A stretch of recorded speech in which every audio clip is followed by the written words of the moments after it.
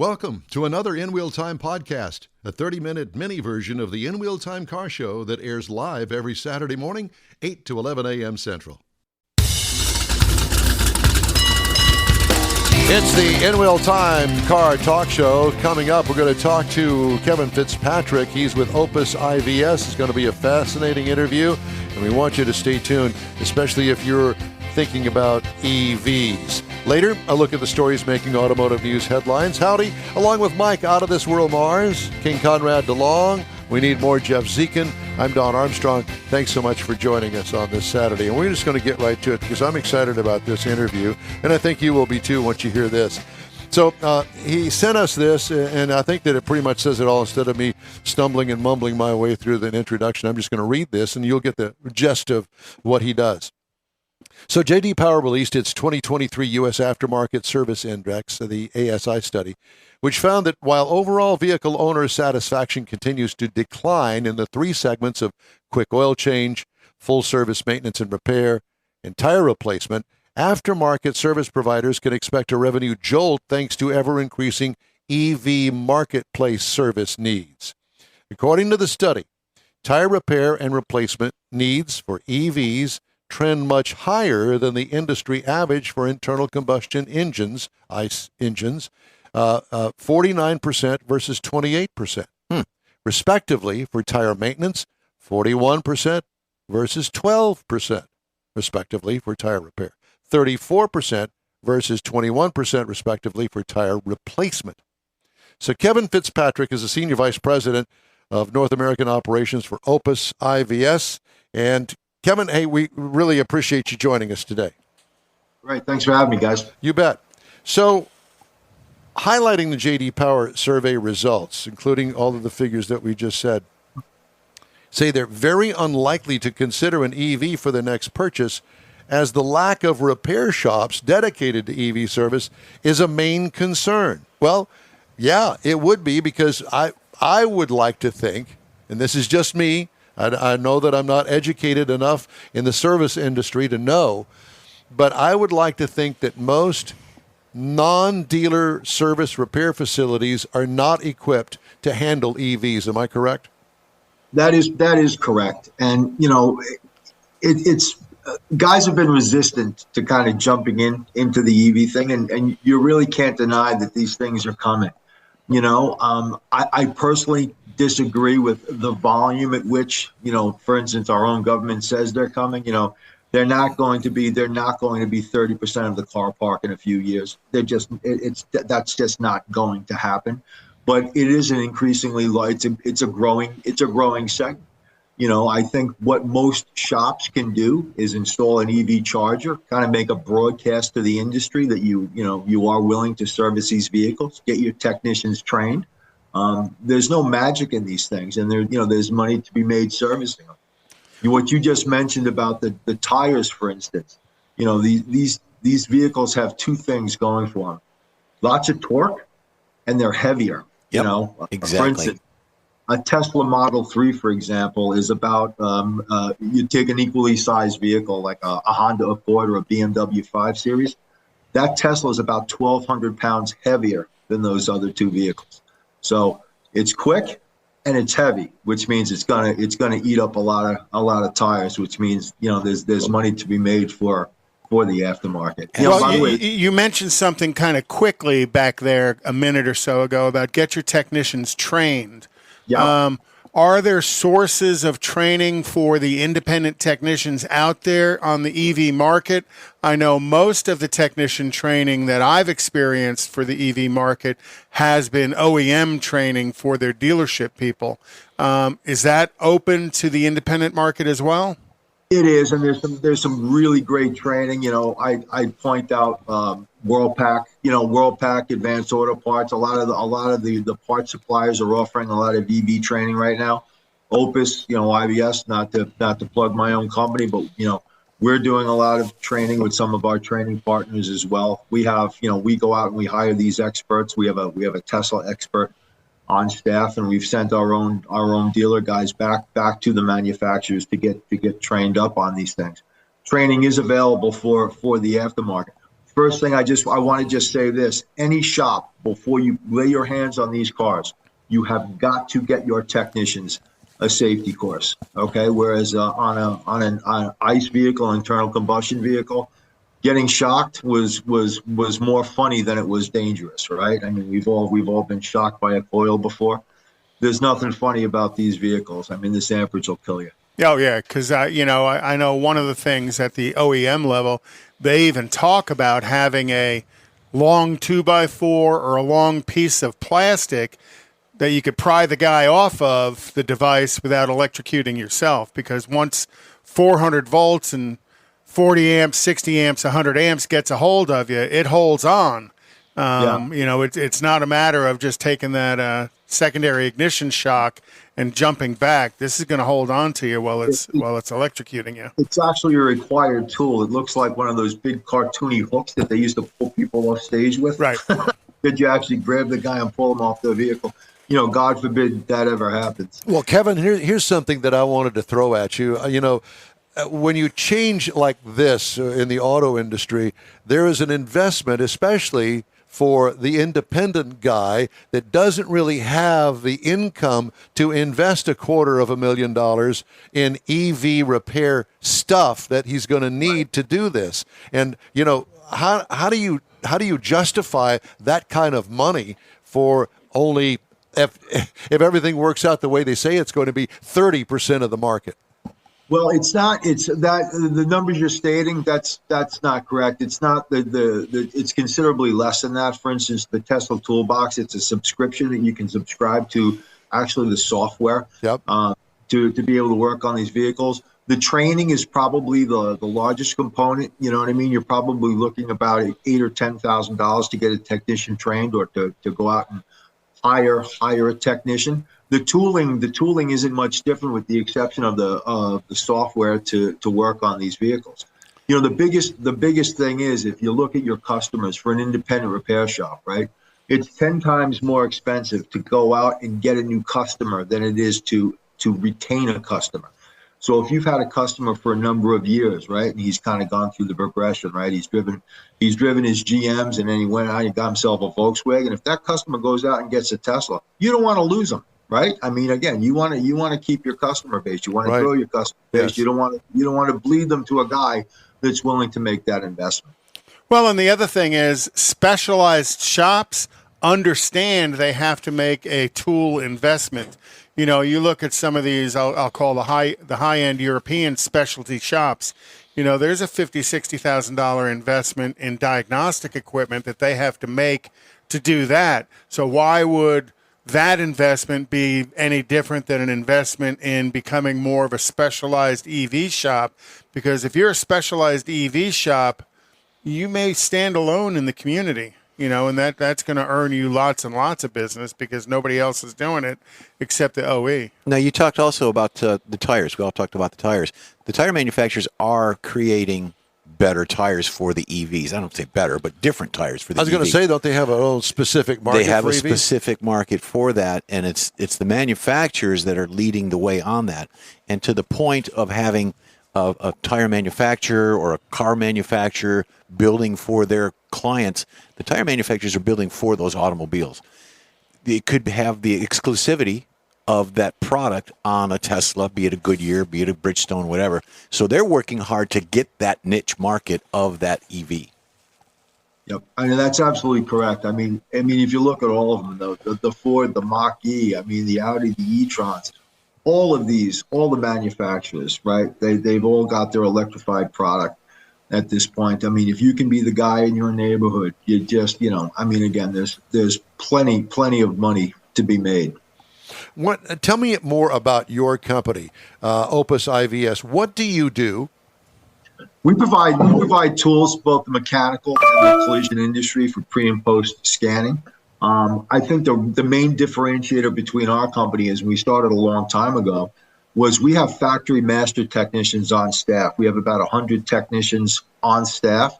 And on the average day, we're doing about 800 calls from customers where we're able to connect to a vehicle remotely and either program that vehicle or make a diagnostic decision with the customer. So we're providing support to the aftermarket. So we take our customers, and if let's say you don't have a BMW expert on staff, but you're servicing the vehicles, Right. You get to a point where you can plug our tool in.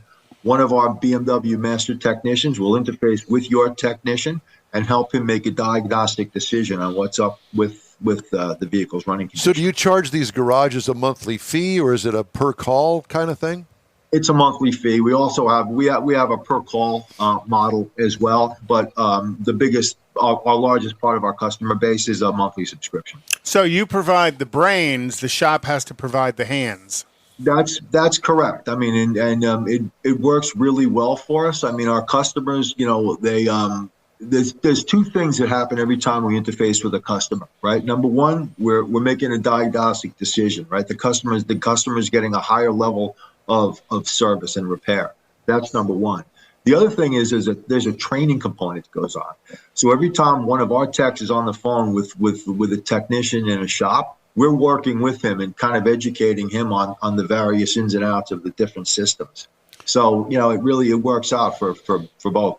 So the device, the interface device that you offer through your subscription is a two-way communication device that just plugs into the ALDL connector. That's correct. Yeah. So it's a full scan tool, and on that scan tool, there's a button that just says request support. And when you hit request support, it sends a message into our text, and one of our brand specific technicians then contacts you back. So that would have been a real helpful tool had the place that worked on Leslie's Jaguar butchered F-Pace, the Jaguar. that they butchered it, Yeah. charged $4,000 And still to haven't the fixed it. warranty company, much less the $2,000 out of her pocket that she had to pay, and they totally screwed the pooch on that one. Yeah, I mean, one of the main things we do, and that's kind of interesting, is we have some really great customers, really great technicians in these shops where, these components are expensive, right? Jaguar is a perfect example. Jaguar Land Rover. Sometimes these modules are $1,500 or $1,800, right? Yep. And then that technician will get to a point where he says, I'm about 90% sure in my diagnosis, but you know what? I want to talk to a Land Rover technician. So we'll call up, we'll interface, we'll dial into the vehicle, and he'll say, this is my diagnosis. This is what I've done. What do you think? And our technician will say, you know what? You're 100% right. Your diagnosis is correct. Feel comfortable. Go out and buy that module. Or not only does it, or if that doesn't work, I've seen this before. Here's another avenue that I've seen, that their experience of your technician kind of makes the technician that's hands-on the vehicle a little bit smarter, because two minds are better than one. Exactly right. Like I said, they feel much more comfortable again going out and spending that $1,800, so they know when they plug it in, right? They're gonna have a happy customer. It's not going to turn into story time like with the F-Pace, right? $4,000 later, and you have a car you're probably going to fix for $400, right? Yeah. No. And I totally agree with your model, because I spent 25 years as a field engineer with General Motors, and for me, there are some extremely smart technicians out there in the field, and I would lean on them to help make me smarter, and they would lean on me to help make them smarter. Again, because you get 2 points of view of, the diagnostic process is pretty black and white that's available, but there's still 2 ways to go about it. And in doing that, everybody gets a wider view of what's wrong with the vehicles, because step one is what's physically wrong with the vehicle. You got to understand that, and how all of that integration between all these different modules happens before you determine what you have to do to fix it. So the experience of different people bring that knowledge to the diagnostic process. That's absolutely correct. And like I said, when we have 800 touches a day with our customers, there's very few problems we haven't seen that day, that week, or that month. It's very interesting. And so I assume that as the days and weeks go on and EV sales continue to grow, that you guys are dealing more and more with the EV part of the supply. Yeah, we are. We absolutely are. We had to come out with a special cable set so our customers could interface into a Tesla. And then we have a guy who's specific to Teslas. And, like I said, we send all of our techs back to get trained up on the Mach-E and the e-tron and all of the other EV products. The one thing we ask our customers is, we just want to make sure they all have a safety certificate before we go hands-on with them and provide them support, because as you guys said, they are the hands. Where do you get the safety certificate? You get to go take a safety course. You know what I mean? And it's specific, and we want to make sure they have the proper gloves and the hook and all of the other safety equipment in the shop. Because, again, we just want to, these things they need to be respected. You know what I mean? There's nothing funny about these things. It's a different vehicle, right? And it's it's not a nuclear submarine, but it's close to it. Yeah. Well, and some manufacturers actually require the technician to basically put out crime tape around the repair stall while they're working on certain parts of an EV vehicle. Crime tape. Well, I don't know a better way to explain it, but they actually rope it off. Kind of stanchion that off so that somebody doesn't accidentally walk in there and get bit. Well, if you've got a shop that's nothing but EVs in the repair facility, everybody would understand. Well, yeah, you wouldn't really necessarily have to do that. Is there an educational component when your garages sign on with you guys for help in that regard? Yeah, we're constantly educating our customers. We do plenty of webinars. We do face-to-face training with our customers as well. Because for us, like I said, in order for us to scale our business, the more educated our customers are, you know what I mean, the more they can connect and do themselves, the more familiar they are with the systems, the easier our job is. So I'm going to ask this based on what I hear in your accent. What part of the Northeast are you located in? I am from Long Island, New York. No. Long Island. Yeah, well, so you're speaking to another Long Islander. No, I'm Westchester County. He's Alcatraz. Forgive me. Alcatraz. Right across the sound, so not too far. Yeah. Well, so Kevin, if we have a service facility that is actually ready to step into all of this, how do they get a hold of you and your operation there at Opus IVS?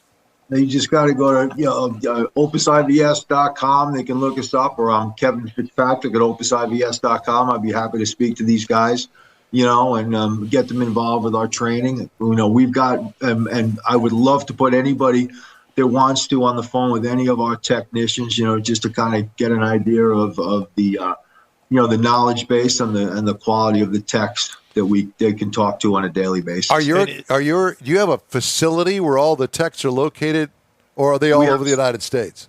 We have several. Like some of our, again, most of our techs are in-house. We have a facility here on Long Island in Comac. We have another one in Dexter, Michigan.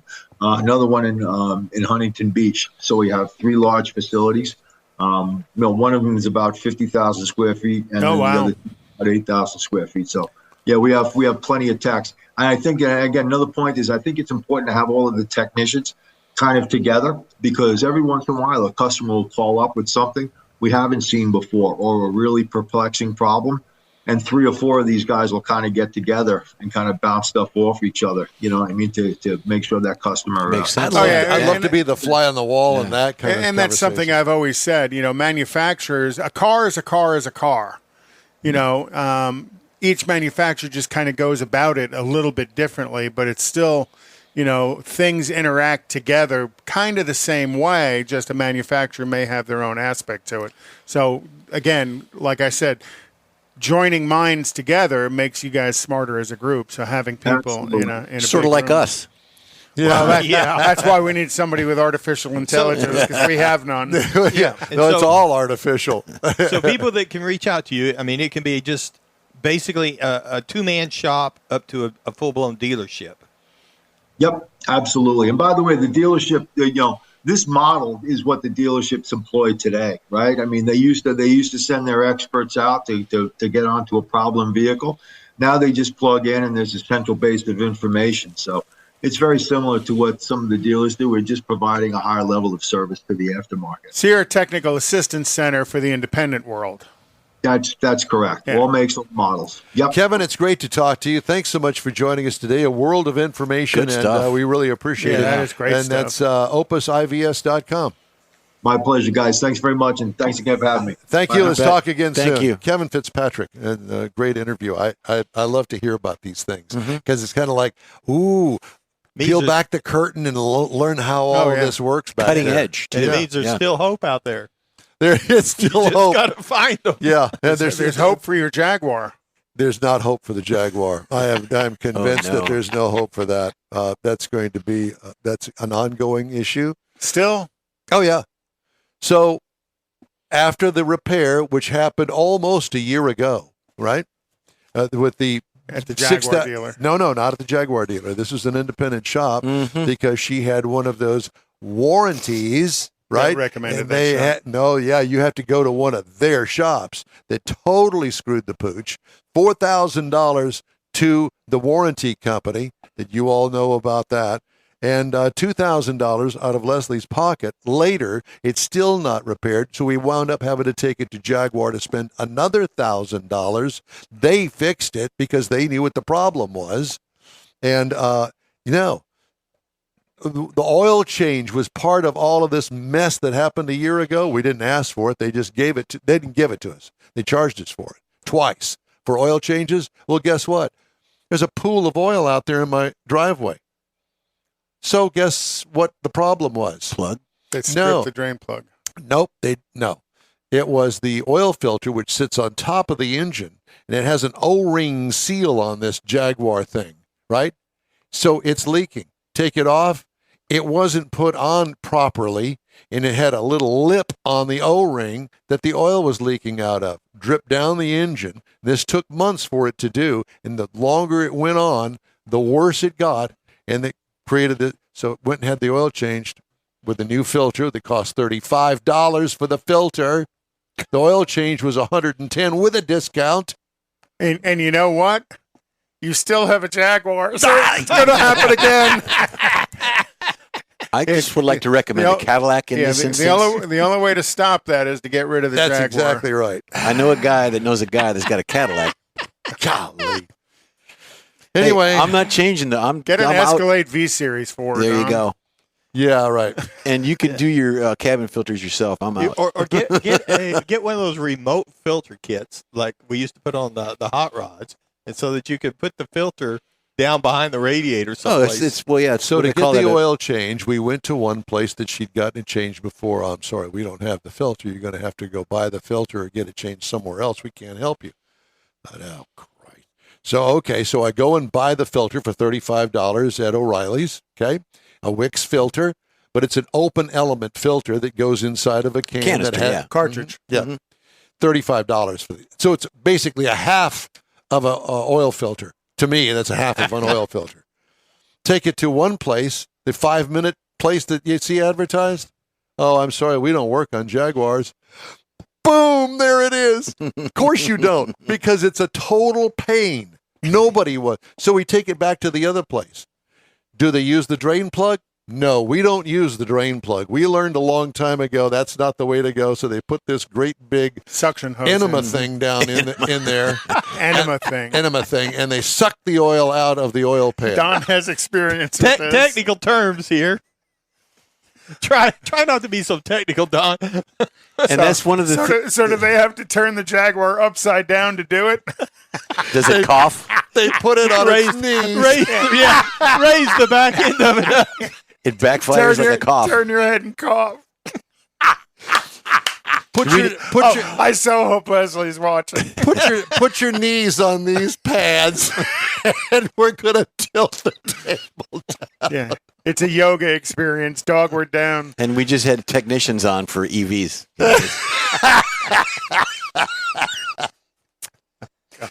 I don't. And the good news is they still own a Jaguar. There she is.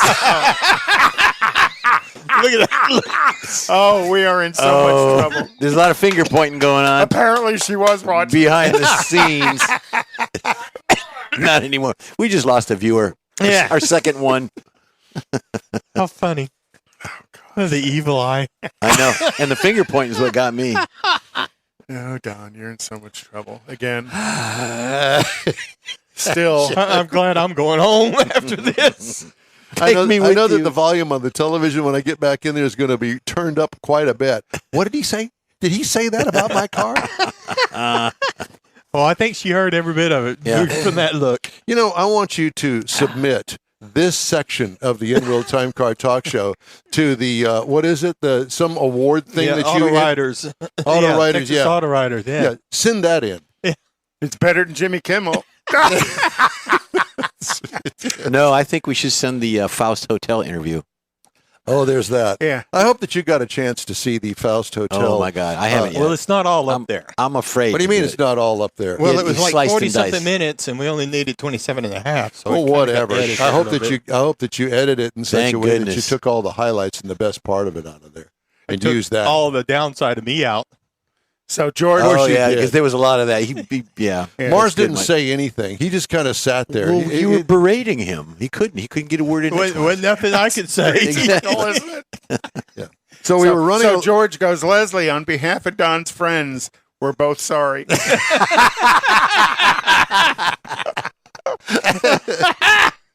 Oh, Lord. Of course. By the way, I had dinner with George and his beautiful wife Twyla last week on the Hot Rod Tour of Texas. A delightful evening, and George, it was good to see you for the first time in years. Yeah. Since high school. So it's been a long time, but we picked up just where we left off. And he hasn't changed since, has he? Not a bit. Absolutely not. Oh my gosh. Well, that was fun. We just blew right by features and headlines. We did. Well, we didn't have any features, and the headlines were going to have to move to the next hour. Again, I kind of lost track of time, and we got a little sidetracked there on the Jaguar, didn't we? Squirrel. It is. Well, it's time for a quick break now. There is a God in the room. Thank you. It's time for a break. We all take a deep breath and start all over again for the next hour. Quick break now. We're right back. You're on the In Real Time Car Talk Show on iHeartRadio. Are you a car enthusiast? Come experience the 27th annual Keels and Wheels Classic Car and Boat Show. Join us Saturday, May 6th and Sunday, May 7th at the Lakewood Yacht Club in Seabrook. This fun family event features vintage and contemporary race cars from Le Mans, Indy, Formula One, NASCAR, and much more. See classic and vintage boats of all types, not to mention American and European pre- and post-war classics. Pre-sale tickets are $30. Students are just $15. Children 12 and under are free. Purchase your tickets today at keelsandwheels.com. Everyone at the Tailpipes and Tacos Cruise In at the Lupi Tortilla Tex-Mex in Katy, thank you for participating in the best cruise in around and look forward to seeing you again. You'll hear about the next cruise in date right here on In Real Time. Next time you're in the West Houston Energy Corridor area, be sure and stop in at the original Lupi Tortilla Tex-Mex at I-10 and Highway 6 or the Katy location on the Grand Parkway at Kingsland Boulevard. When passing through Beaumont or College Station, stop in and have Lupi's award-winning beef fajitas and frozen margaritas. There's always a celebration at Lupi Tortilla. Lupi Tortilla founder Stan Holt and his wife Sheila are winning racers on the NHRA drag racing circuit and have a collection of hot rods and classics that everyone appreciates. Look for them at the next Tailpipes and Tacos Cruise In. The date will be announced soon and will once again be held at the Lupi Tortilla Tex-Mex on 99 and Kingsland Boulevard, just south of I-10 and Katy. We'll give you all the details right here on the In Real Time Car Talk Show and online. Donations benefit God's Garage. We'll see you then. You own a car you love. Well, why not let Gulf Coast Auto Shield protect it? Houstonian John Gray invites you to his state-of-the-art facility to introduce you to his specialist team of auto enthusiasts. We promise you'll be impressed. Whether you're looking to massage your original paint to a like-new appearance, apply a ceramic coating, install a paint protection film, nano-ceramic window tint, or new windshield protection called ExoShield, Gulf Coast Auto Shield is where Houston's car people go. Curbed your wheels? Instead of buying new, why not have them repaired? How about a professionally installed radar detector? Gulf Coast Auto Shield does that too. Get a peek inside the shop and look at the services offered by getting online and heading to gcautoshield.com. Better yet, stop by their facility at 11275 South Sam Houston Tollway, just south of the Southwest Freeway, and get a personal tour. Gulf Coast Auto Shield is your place to go for all things exterior. Call them today, 832-930-5655 or gcautoshield.com. That's it for this podcast episode of the In Real Time Car Show. I'm Don Armstrong, inviting you to join us for our live show every Saturday morning, 8 to 11 a.m. Central on Facebook, YouTube, Twitch, and our InRealTime.com website.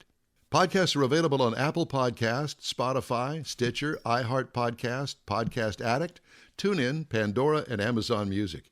Keep listening, and we'll see you soon.